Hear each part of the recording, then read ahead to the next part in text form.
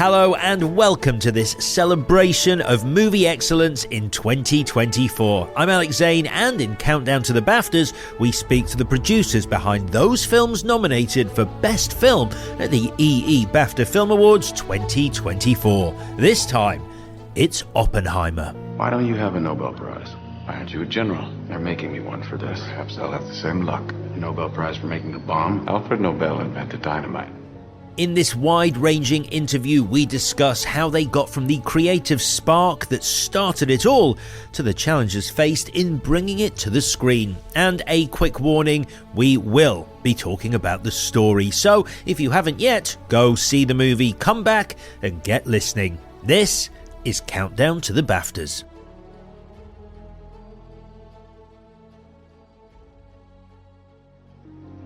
You're talking about turning theory into a practical weapon system faster than the Nazis, who have a 12-month head start. 18. During World War II, J. Robert Oppenheimer, played by Cillian Murphy, is engaged by the US military to design and develop an atomic bomb.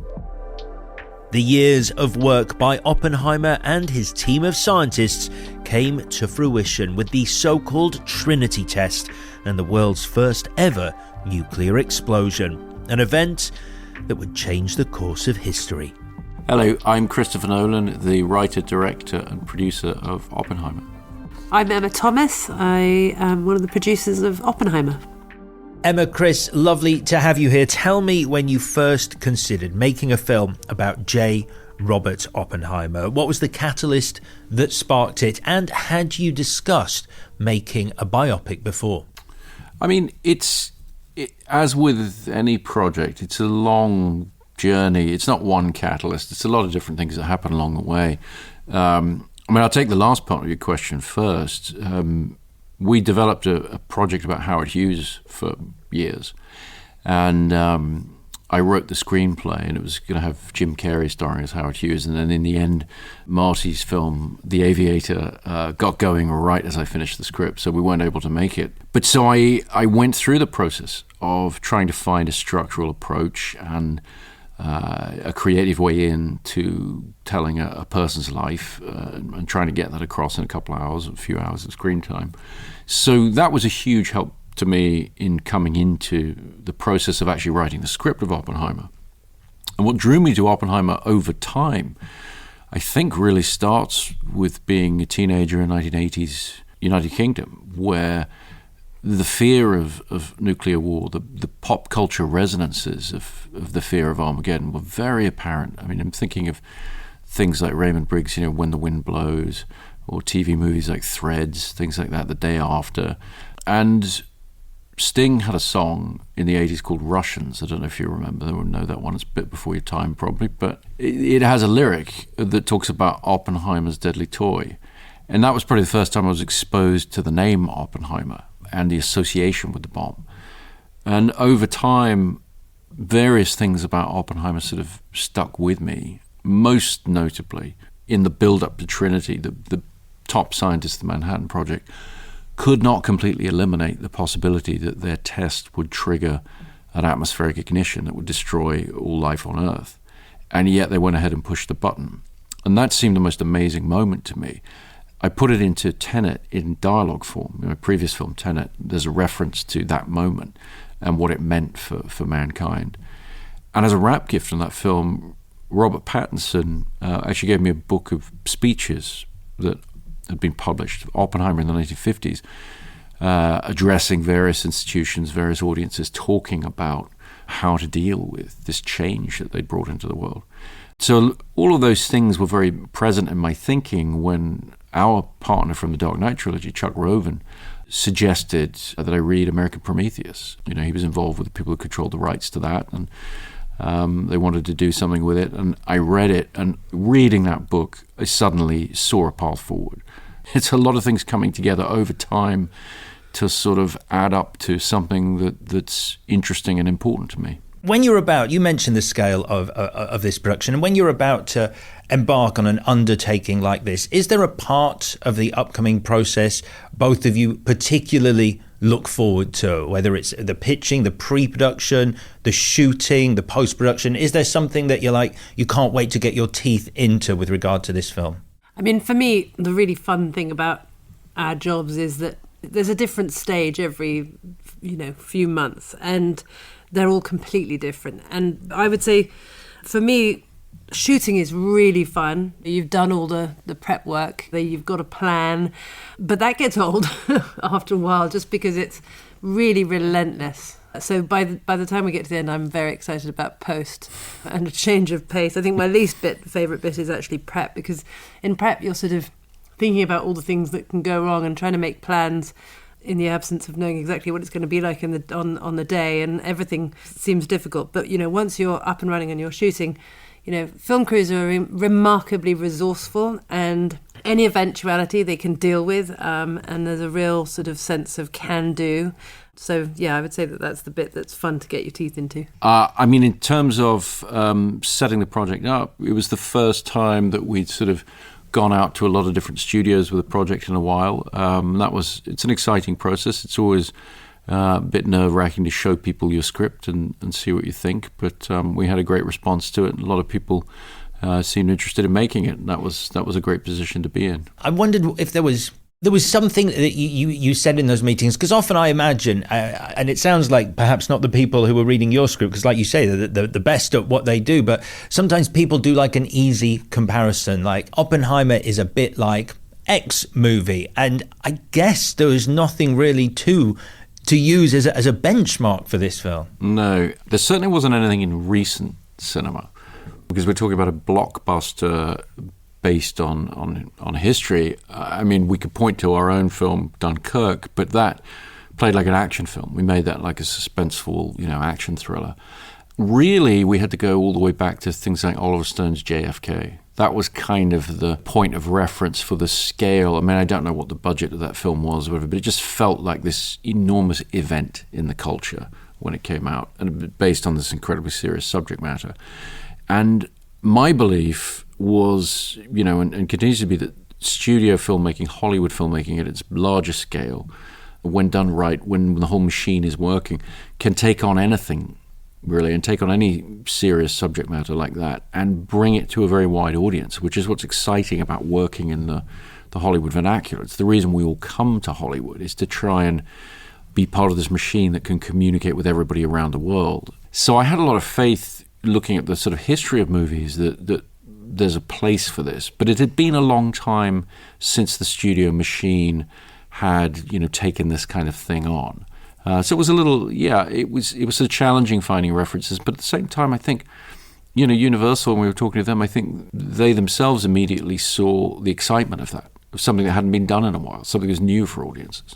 To look down the cast of Oppenheimer is to see some of the most celebrated actors working today. This is almost a two-part question. First of all, what was the thinking behind populating some of even the smaller roles with such prestigious names? And also, as filmmakers, what's your chosen way of approaching these actors? Do you send out a script? Do you prefer to meet them in person and discuss the project? What is your process in that part of the production? I mean, I think it's different with everybody, honestly, depending on sort of whether they're actors that we have a relationship with already or not. With Cillian, for example, obviously we've worked with him many times before and sort of have forged a long-term friendship with him. And Chris literally just called him up and told him about it. And before, I'm trying to remember if we even had a script at that point. Yeah, we did. No. Yeah, well, of course, that's right. What am I talking about? We'd been through the process with the studios at that point. Exactly. No. Well, I don't like to think of actors while I'm writing the script. Yeah. So I'd finished it and then we had talked about it and sort of gone, you know what, we know who can do that intense blue-eyed stare. We know that guy. And we called him at that point and, asked if he was But you had a long interested. Conversation with him about it before he'd read the script. Oh, I asked him to sign on before he read the script. Yes. I was like, it's Oppenheimer, are you in or are you out, sort of thing. And luckily he was in. And then I flew over to Dublin and sat with him and showed him the script. And thankfully he loved the script, which would have been a bit tricky if he hadn't, but he did. He loved it. Your invention let us bring our boys home. Well, it was hardly my invention. It was. You on the cover of Time. Jim tells me you're concerned about an arms race with the Soviets. Yes, well, it's that now is our chance to secure international cooperation on atomic energy, and I'm concerned. Do you know when the Soviets are going to have the bomb? I don't think I could give you... Never. The depth of the cast, we have to point to our casting director of many years, John Papsadera, who's been with us since Memento. The challenge to him, we wanted it to feel like a big cultural event. We wanted it to feel like a really big film. And scale in films comes from a lot of different sources. And for me, casting is one that's often overlooked. And I don't just mean the biggest stars in the world or something like that. It's about having a wide range of faces and energies and different types of people, some of whom are familiar to audiences, some of whom aren't. But there's just a feeling of scale to the humanity in the film, as indeed there was to the real-life Manhattan Project, which ultimately, I read this incredible statistic while I was researching the story, but the Manhattan Project touched the lives of about 600,000 Americans. It was such a huge industrial effort. There were so many companies involved. Now, 99.9% of these people had no idea what they were working on or why they were doing a particular task. But the truth is, it required a huge amount of America to make the bomb. When you're assembling this stellar cast, and you've got the studio behind you at this point, are you still having to take a step back as producers and just look at the project that you're embarking on and really, I guess, assess the risk attached to making this film and this film finding an audience, just to detach yourself from the creative process almost and look at what you are trying to do here? Yes. Definitely. And, when we first sort of came up with our plan, before we'd gone out looking for financing, we thought about, well, what's the right amount of money to spend on this? We knew that we needed to sort of make the film within a box. We are not irresponsible filmmakers. We always want to be asked back, and we want our filmmaking partner in whatever studio we were going to end up at to not completely lose their shirts. And obviously when you're making a film which is, we knew it was going to be R-rated, we knew it was going to be very long, we knew it was going to be a film about sort of big ideas, this sort of terribly difficult period in history, and it didn't have a sort of big action component. So we knew that there were sort of certain things, levers that we had to pull to make it potentially more commercial and less risky. And one of those things was going to be to cast it up and make it as efficiently as possible. Yeah, I think the efficiency is the thing. There's no way that you can wave a magic wand and make the subject matter more appealing. Really what you're doing is saying to the studio, we'll make it for this amount of money. And if you can find a way to sell it, we'll partner with that and sort of try to make it a practical proposition. In other words, you don't want to burden the film with unrealistic expectations for success. So we do it smaller. We had done it on Dunkirk very specifically with Warner Brothers. I think really what we said to them at the time was, we'll do it for half the money that anyone you'd else expect. Would do it. Anyone else would do it.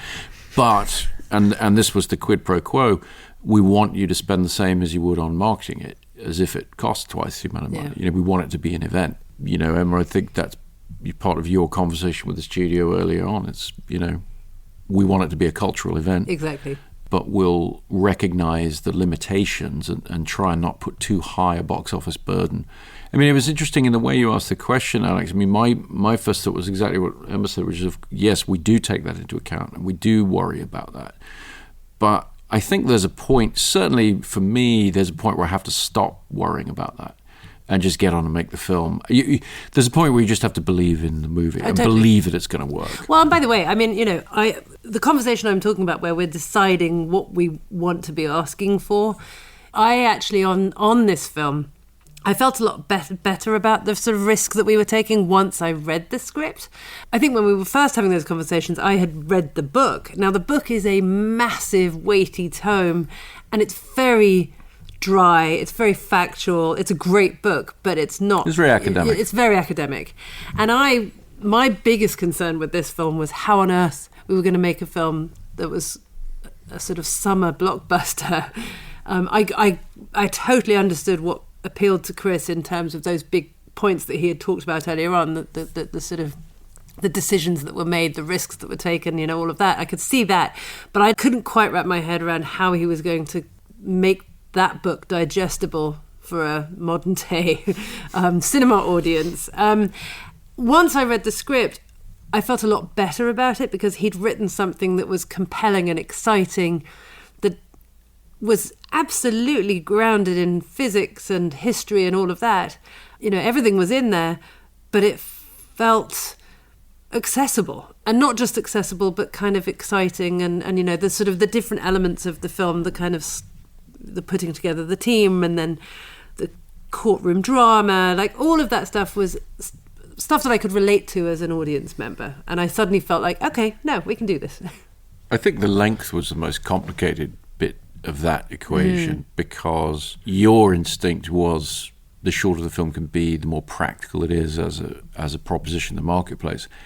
And I felt at a point, once I'd sort of figured out a structure and what the material was going to need to be, I realized that I would have to write a long script. And I remember trying to explain that to you and your reaction. But I said, you know, if I try to pace it up and wish that it were a smaller, sharper, faster film, I'll wind up with a film that's tedious to watch. I have to write it with the confidence of it's going to be a 3-hour film. I have to write the script for a 3-hour film, not the script for a 2-hour film that then is stuffed into, you know, winds up being 3 hours, sort of because it has to be. Yeah. And that was that was a hard conversation to have, but it was an important thing for the creative life of the film, because even though it was difficult for me to explain, I knew what I meant. I knew the kind of film that we were aiming to be and the size that sort of comes with that. Unfortunately, we were pitching it to the studio right after, you know, the most successful film in the American box office was Avengers Endgame at 3 hours. So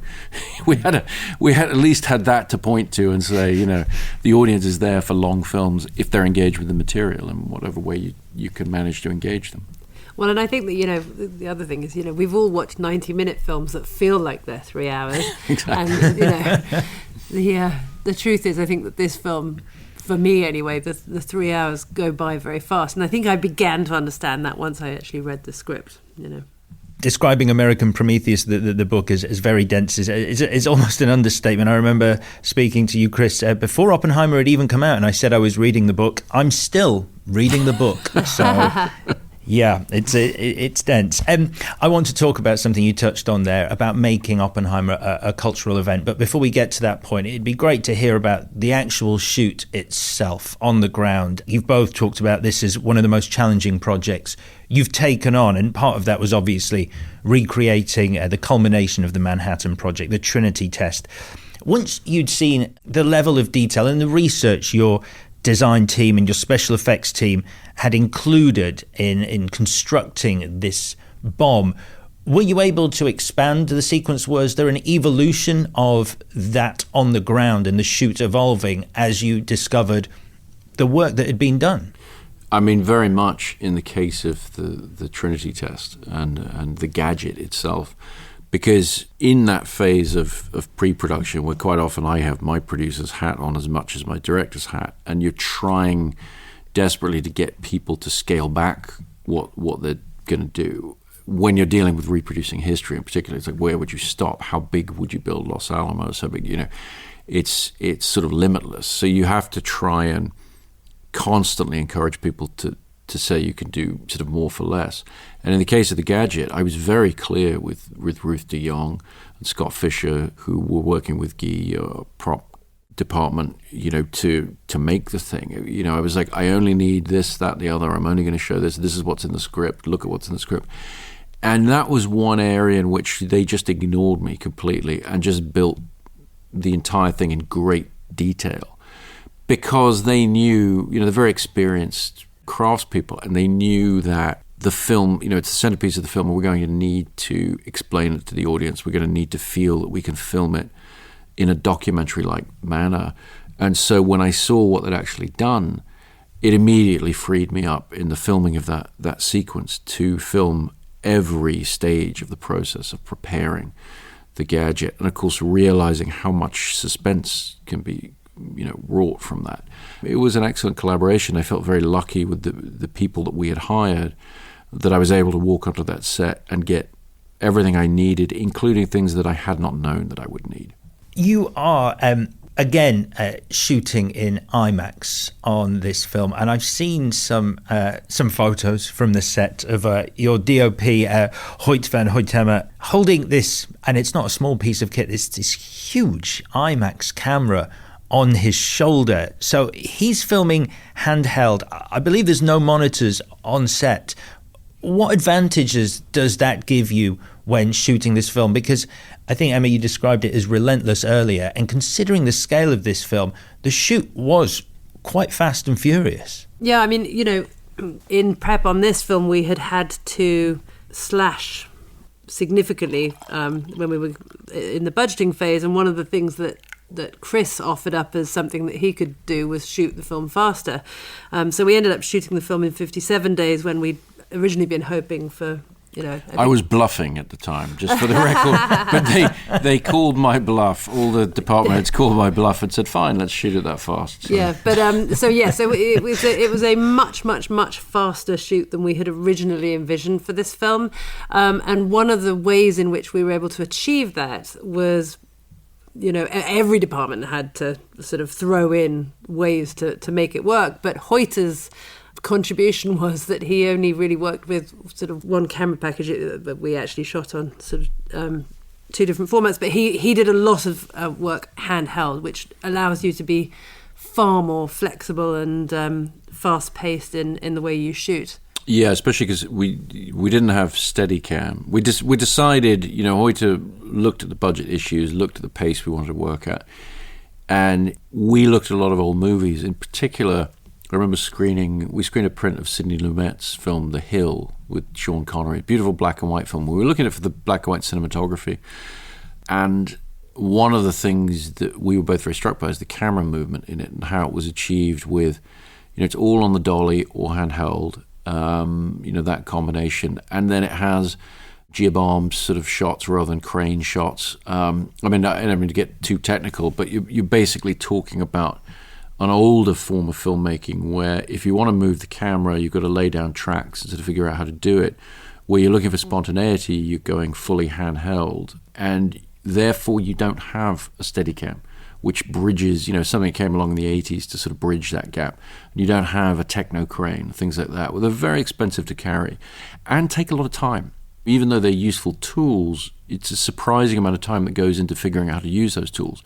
Once you take them off the table, and you take Video Village out of the equation, you take playback out of the equation, things like that, and you're really back to where we all start as sort of independent, scrappy filmmakers, where you really just, you've got a camera and you're getting on and you're shooting things the best way you can in the circumstances you have.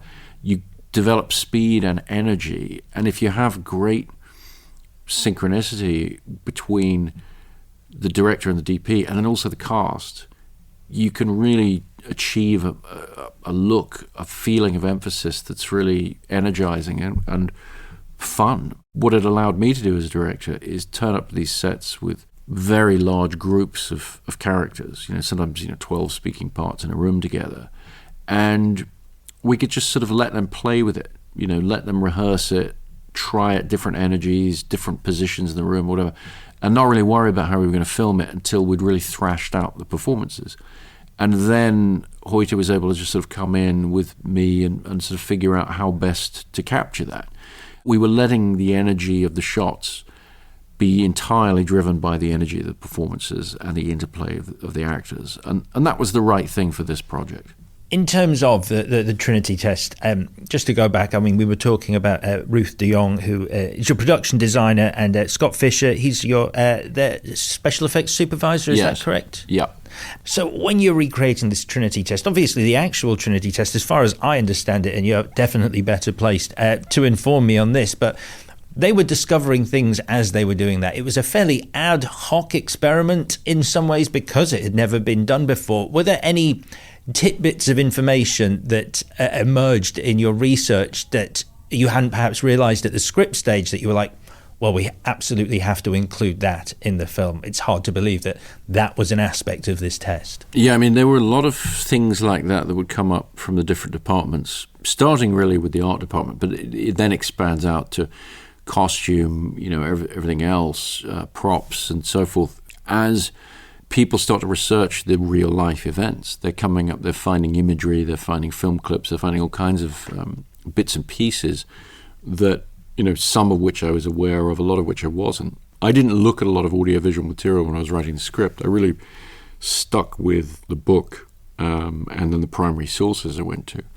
So by putting the team of creatives together who have researchers, we had some excellent researchers on the film, they were coming up with all kinds of things. An interesting example for me was Ruth coming to me to explain that when they hoisted the gadget onto the tower, they'd realized that the scientists had put mattresses underneath in case the thing fell off the wire, which, it sort of says in one detail everything about how scrappy and sort of ad hoc and make it up as they went along this was. So I immediately was like, well, we knew we would have the mattresses there for, the guys watching tests from base camp, so we just brought them over to the Trinity site, which was relatively nearby, and shot that, because as soon as she said it, I'm like, no, that's such a telling detail. It's a small thing, but it's just there in the film as they roll his mattresses underneath. And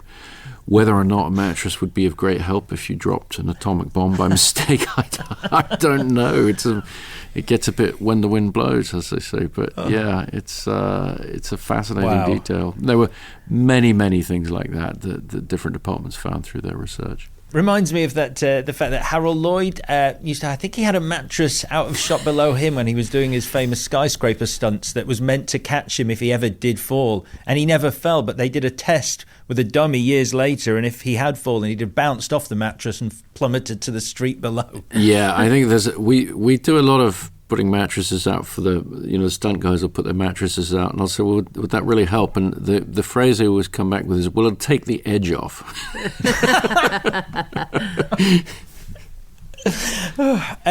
No film shoot, obviously, ever runs entirely smoothly. What was the biggest challenge you faced during the shooting portion of this film? Was there a particularly tough day on set or a scene that was a struggle to make a reality? I think that for me the trickiest thing was when we lost there was a location we lost, and then we had to scramble to lost our White House set. Yeah, from a production point of view, that was pretty sticky. That was pretty sticky, yes. Yeah. And from an art department point of view, they then had to scramble to build one, or to sort of take a set that they rented and sort of repurposed for our White House set. But they had to turn around very quickly, and I think the thing that with that set that made it particularly challenging is it's one of the best known real environments in the world. It's in more movies and TV shows, and then it's on the news every other night. Exactly. So it had to be what it needed to be. There was often, as a director, when you lose a location, you say, okay, well, we can't have that great big hall. What if we do it in a shed, and reconceive the scene? Well, you can't do that with the White House. You can't do that with the Oval Office. It had to be what it was. And it happened with very little time to sort of find an alternative. And I think when we then did walk on set, you could smell the wet paint still drying. Absolutely. But I think a lot of the things that were difficult in the filming, not unlike Dunkirk, actually, I would probably tell the story a little bit different from the crew, because a lot of the things that were difficult in the filming were supposed to be difficult. That is to say, when you're out in the New Mexico desert dealing with, terrible weather coming in and having to dodge storms and all the rest, well, that's what was in the script. So it was actually fantastic that it worked out that way. But it made for very, very hard conditions. You have to keep everybody safe. You have to do things carefully, and you're in high winds and then thunderstorms coming in, so you have to shut down when lightning is seen and those kind of things. But certainly for Hoyter and myself at camera, you're very aware of the fact that you're getting exactly what we wanted it to be and what it was supposed to be. And so it seems hard. It's physically hard making those things. Hard for the crew, hard for the cast. but creatively it's exactly what it's meant to be. So in a lot of ways it's going very smoothly, even though everybody else might think that it's not. But it's sort of like on Dunkirk, when we would go out on our little boat, and when the sun was shining and the sea was completely flat, it really was a problem. Then you're like, okay, we don't have the drama, we're not telling the story, so what do we do? Hours would go by sort of sitting around kind of waiting for the wind to whip up or whatever. So you do get these things on films where some of the more challenging circumstances are actually very, very positive for the film, and it means things are going well. And when you have your finished film, obviously we hear a lot about this, the idea that certain films are tested with test audiences, and then these test audiences feedback, and sometimes the film is altered based on these comments and scores, and sometimes it isn't. Is that a process that you used with Oppenheimer? Yeah, we use that process on all our films. We don't do it in the sort of formalized research-based way that a lot of studio films are done by. That is to say, we don't sort of score things and recruit wide audiences. We start in a more intimate way. We start bringing people who know nothing about the project into the edit suite kind of one at a time, and just sort of seeing how the film is playing while we're cutting it. And then we organize bigger screenings with 100 or so people, 200 people sometimes, and get their thoughts and get them to write cards and stuff. But by controlling that process and making it a little more organic than if, for example, you hired a research company, as a lot of people do, we're able to interpret the feedback in a pretty holistic, pretty organic way. We've been doing that for many years now. I mean, long time, actually, probably since Batman Begins, I think. Yeah. So, and that process works. But the truth is, if you're making a film for a wide audience, you can't really shirk the moment of sitting with a large audience watching the film. You need, as a director and my editor and everybody, you need to sit in a room with an actual audience and feel, the audience will tell you how the film is playing. They'll tell you where you need to tighten things up. They'll tell you where things are confusing and so forth. It's a very important part of the process.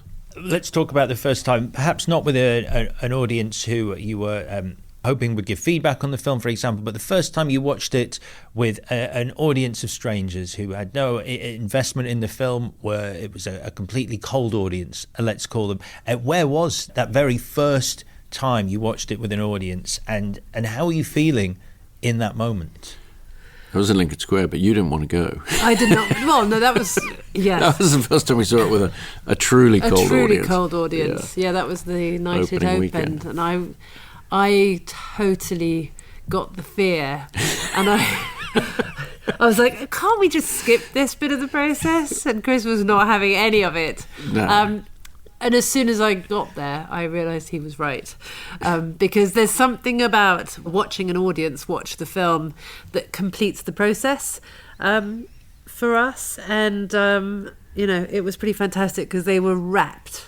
We came in right, the IMAX in Lincoln Square came in at the back of the cinema. We snuck in right as the Trinity test as the gadget was exploding. Yeah. It was the perfect moment, and it was packed. They had people on folding chairs. Yes, which I don't think was strictly legal. No, it is. I've looked into it. You have? Yeah, you can take the empty spots if nobody needs them for wheelchairs and things. You can put folding chairs there. But that wasn't something I was aware of before, and it was absolutely packed. And yeah, you could hear a pin drop. I mean, as long as we've been doing this, to me, the difference between sitting through a test screening where everybody knows in that room that they're being asked to tell you what's wrong with the film. Yeah. The difference with seeing it with an audience of people who've paid their own money to go see it, and they want a good night out of the movies. They want the movie to be good. They don't want it to be bad. They don't want to pick it apart. They actually want to enjoy it. That's a really wonderful experience, and I think it's really important as filmmakers that you remind yourself of that, and you have that experience, of just when the audience is on your side, and they, what do they make of it when, as I say, they've paid their own money and they want to enjoy it. Yeah, it's actually quite magical, I think. Yeah, it's an uncanny process because even with individuals, I mean, with a large audience is a very powerful version of that. But even when you bring an individual into the screening room, certainly for me as a director, I find that I watch it through their eyes.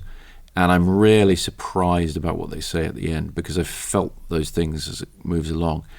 And I think that's the bedrock of what makes theatrical film distribution a magical experience because we have that connection. We tend to be watching the film both subjectively but also empathetically with the rest of the audience. Yeah. And I don't think there's any other medium that does that. Earlier on, you mentioned Avengers Endgame, proving that there was an audience there for 3-hour movies. I mean, Oppenheimer it's a dense 3-hour plus R-rated movie that last year beat every superhero movie at the box office. The three of us saw each other at the premiere in London before the film's release.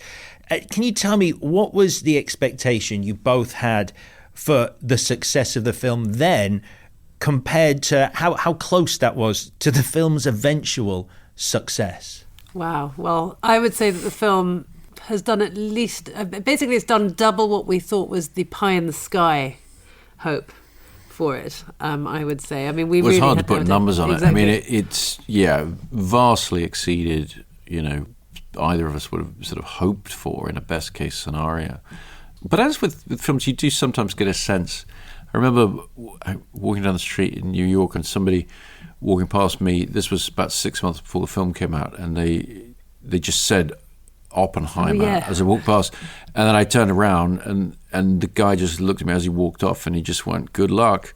Like in a very interesting way, and it stuck with me because I went home and I told you about it at the time because I said I think we've got a tiger by the tail. This is a story that it matters to people, particularly in America. It really matters to people, and it hadn't been told in this way. And so I started to feel that sort of weird sense of excitement around it pretty early on, but I had no idea that it was going to translate into the scale of box office all around the world. I mean, that's been the really surprising thing for us, I think. I've been just so flabbergasted by the amount of interest in the film from all around the world. I think I'm right in saying, I hope I'm right in saying it is the second highest grossing R-rated movie of all time. For both of you, what does Oppenheimer's success say about the state of the movie business and the appetite of audiences at the moment? Well, it's a funny thing because everybody has a tendency to talk down the movie business. Really, for the whole time I think I've been working in movies, I felt the sort of cultural establishment always predicting the demise of movie theaters and the end of it. And I now get asked that question, what do I think about the health of the movie business? And I'm like, I don't really know how to respond. We just released a 3-hour R-rated film about quantum physics, and it made $1 billion. Like, what? Obviously, our view is that the audience is there and they're excited to see something new. I think the success of Oppenheimer certainly points to a sort of post-franchise, post-IP landscape for movies that's kind of encouraging. It reminds the studios that there is an appetite for something people haven't seen before, or an approach to things that people haven't seen before. I have a couple of quotes from other filmmakers regarding Oppenheimer's success. Damien Chazelle said, "The film almost worked in defiance of perceived wisdom of what its believed audiences want in a summer movie, and that makes its success all the sweeter." Denis Villeneuve, that movies like Oppenheimer are released on the big screen, brings the spotlight on the idea that film is a tremendous art form that needs to be experienced in theatres. How does it make you both feel hearing the optimism Oppenheimer's success has created in other filmmakers? I mean, obviously it's hugely gratifying. I mean, I think that the great thing I think about all of this is that, Hollywood is very much a sort of industry that tends to look to what's succeeding and try and repeat that. And I think that what we're hearing from other filmmakers is that there's a positivity around original filmmaking and stories that maybe aren't based on IP that has been tried and tested and proved to be successful somewhere else. And I think that that's something that obviously if studios and financiers decide that this is the way to go, then obviously that works for other filmmakers. So I'm hopeful that they'll try and be a little bit more daring in the choices of films that they choose to finance. Well, I think it gives filmmakers another talking point, just as we were able to point to Avengers Endgame as an unlikely running time for such an incredibly successful film. Something like Oppenheimer working, it gives other filmmakers a point of reference for how something can work in the marketplace that the studio can relate to. And so, yeah, it's thrilling to see other filmmakers enjoying that and feeling like it might help them get something different made. It'd be lovely to be seen as part of helping other filmmakers. Chris, Emma, that is almost our time together done, but I would like to end the interview with a couple of quickfire-ish questions. And the first one is, can you remember your favourite day, either on the set or during the edit of this film? Was there a particular day that sticks in your memory as a good one? Gosh, yeah, you've got there are something so going. many, honestly. Truly, there are so many. Because I think that the first day we shot with Robert Downey Jr., and I sort of saw the way that sequence was going to work with him and Alden Ehrenreich. That was really exciting. But then again, also the scene that we shot with all the scientists where they're all bickering. I mean, there were so many great moments on set. So I think I'm actually going to have to go pick the first time I saw the film. That was really exciting. It was long. It was, it was even longer. It was about 3.5 hours, but that was really exciting. I was like, oh yeah, this works. Well, for me, unusually, it was sort of the hair and makeup tests. Actually, we shot them on the first ever black and white IMAX film stock. We got a test roll in from Kodak. And it was the first time we worked with Cillian in the full guise and got the hat on him and, everything. And then Downey with developing his look and Emily, seeing Emily and Cillian as a couple. Those images really resonated and stayed with me. I actually wound up using the shot of Downey from the hair and makeup test as the cover of the Time magazine that Alden Ehrenreich, holds up in front of him, because there was something so exciting about seeing.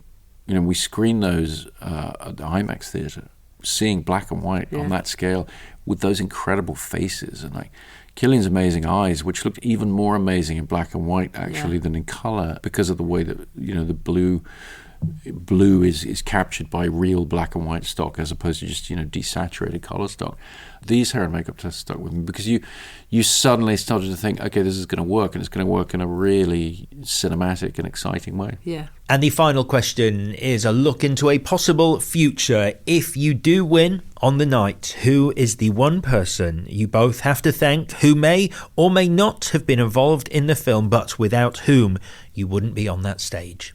Oh, we're sitting opposite each other. So yes, clearly. That's easy it's enough. Chris. It's like, Emma, nothing happens without Emma. So, yes, she's... And vice versa. Exactly. So that's a simple question to finish with. Thank you, Alex. It's been a pleasure talking to you both. Thank you for your time and congratulations.